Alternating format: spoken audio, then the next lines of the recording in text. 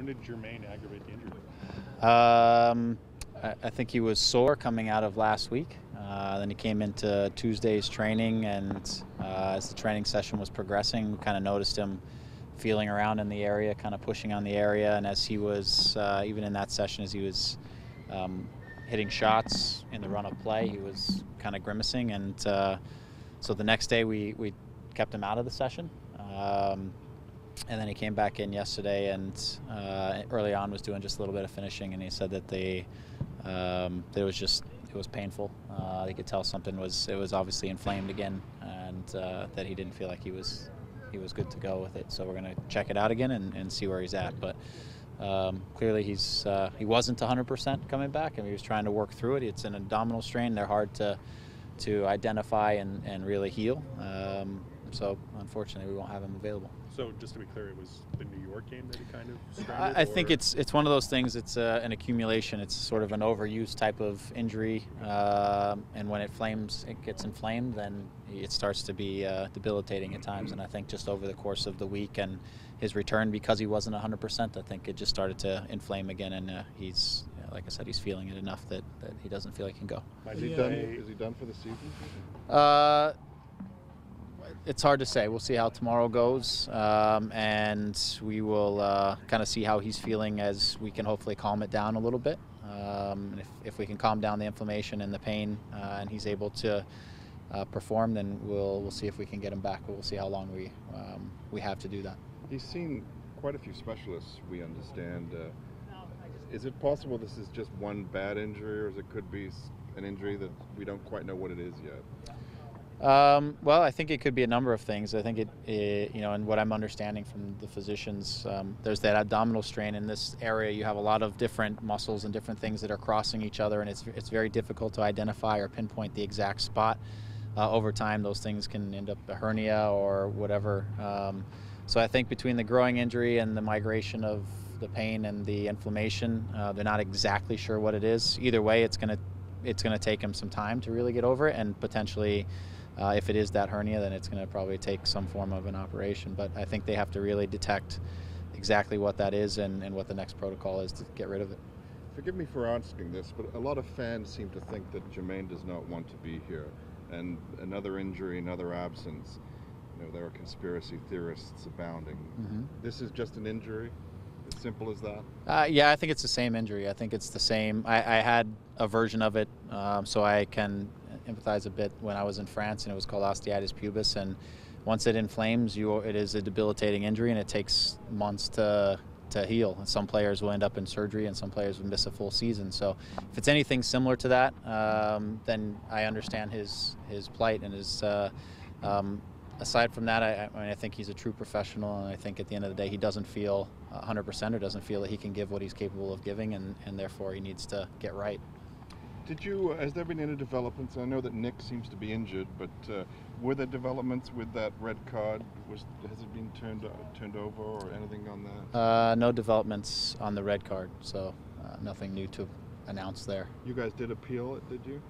We had some discussion, and I'm not 100% sure, but I don't know that we appealed it. Specifically, we had some conversation about it, but we knew Nick wasn't going to be available this weekend, and so the process is tedious, and we'll see where we're at with it.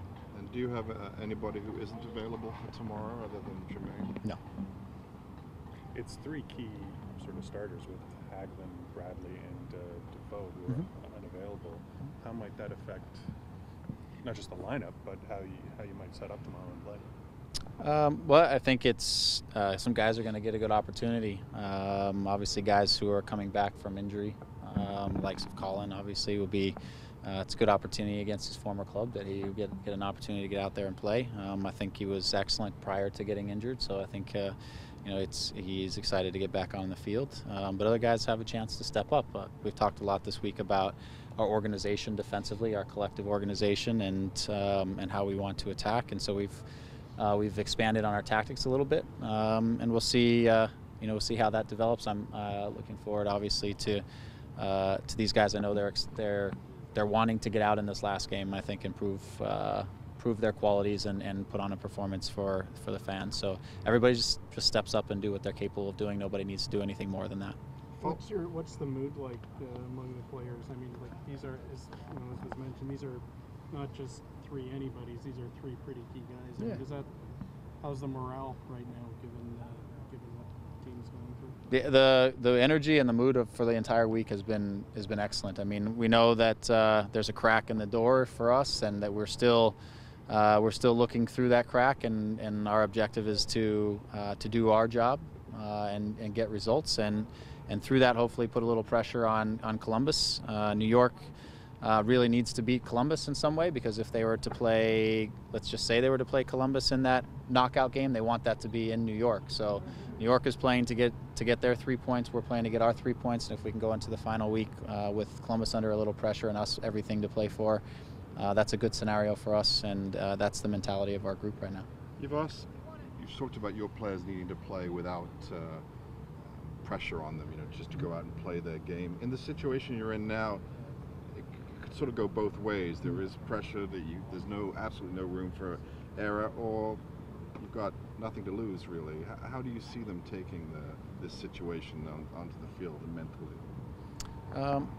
I think they'll go out with they have nothing to lose, but within that is, we need to get off to a good start. We need to pass the 20-minute marker. We need to. We've talked a lot about this week about managing situations when the opposition has their moment in the game, and how we can turn that back in our favor, versus getting very passive and getting sort of in this sit-back mode. But how do we take the game back over and secure it without taking a goal? Because that's been one of our challenges. First half goals have killed us, really.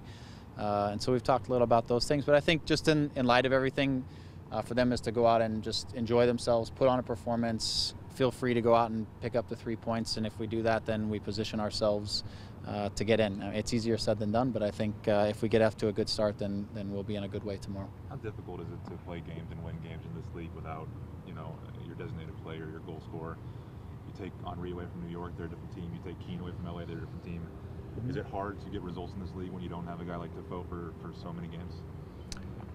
I think it's, we have Gilberto stepped up for some games. I think anytime you take away a proven goal scorer, especially somebody who's meant a lot to this group early in the season. There were games where, in my opinion, where Jermaine really just pulled us out of those games with world-class finishes and things that he does. So you don't have that little thing in your back pocket that knows with one good chance or 2 good chances he's going to slip one away. But also for Jermaine, he's been out for a long time, so it's not like he was still working his way back into that type of form. So for us, there's got to be a good collective effort. We've got to get better service into the box as much as anything on our final passes, and give our forwards a chance to score goals.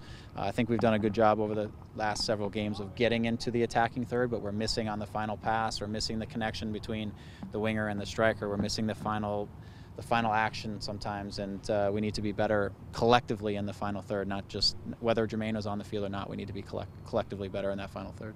Going back to Jermaine, Mm-hmm. the last the game and a half or whatever he's played since coming back, it seemed like his rangefinder was a little off. Mm-hmm. I think most of us thought that was just maybe rust. Did you think it was rust, or did you think could you see that maybe he was still not at 100?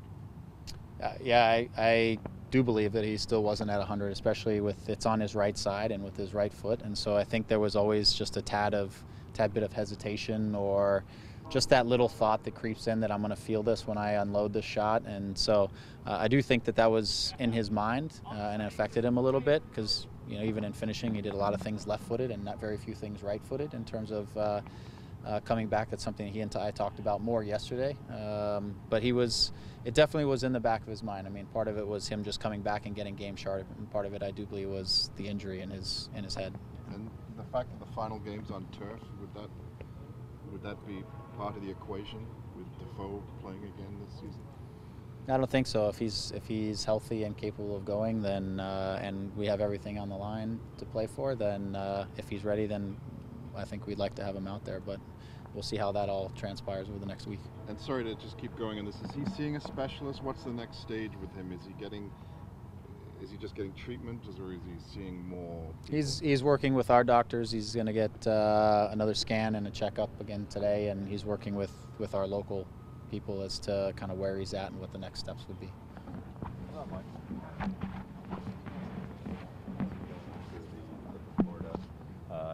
Just how big a miss is he going to be, and how are you going to fill the gap? Yeah, I mean, missing Michael's is always a big thing. I think he's done a good job of connecting us out of the back into the midfield. He's one of the reasons why I think we've been able to get into the opposition's half sometimes at will, and been able to control some games and get some numbers into the attack. So, you know, obviously we'll miss him. He's an excellent player, and he's one of those guys who just does a man's amount of work on the field every single game, and you can count on that. So for us, again, it's you know, we have a good guy who's stepping into that space, who's had, in my opinion, an excellent year or two when he's had the moments. And so between him stepping in and, again, just the collective work of the group, making sure that tactically we are aware of what we're trying to do tomorrow and everybody's just pulling their weight. Again, I don't want anybody out there feeling like they have to go above and beyond and do more. If everybody just does their job, we'll be in position, hopefully, to get 3 points. You played professionally in MLS and in Europe. What was your reaction to Jurgen Klinsmann's comments this week that seemed to suggest that it was a step down for players like Bradley and Dempsey to come back to this league? Well, I think it's a harsh statement, honestly. I think this league is extremely challenging, but maybe in different ways. It's challenging for those players to come back and have to be leaders and to have to help other players and to have to sort of take ownership of a group and really bring guys along and figure out what the strengths are of each of the players around them and maximize each of those strengths in order to create a team that can win. That's not easy. I mean, you don't have to do that on a European team when you have guys around you that all have you know, a different level of potentially those qualities, aren't maybe missing a little thing here or there. And so in this league we have players that are developing, that are good, very good. This league is very physical. It can be fast, it can be physically taxing. I think it's an understatement. This league is very difficult, and so I think it challenges what Michael's recognized as well. Is this league challenges different things that you learn and you grow from, and you can still get better as a player and be sharp for the big games. I mean, that's Robbie Keane is a perfect example. I think he's playing at a very high level, and when he goes back and plays with his national team, he's still scoring goals, and he's a special player. So and Michael shows up every day and he puts in the work, and he's an honest worker, and he's so I think if you're the type of person who comes back to this league and you're on vacation, I think it can hurt you. If you're the type of person like Michael and what I hear of the other guys that come back, this league doesn't. It just provides you a different challenge. That's all, and I think it can keep you sharp and keep you ready for any international play.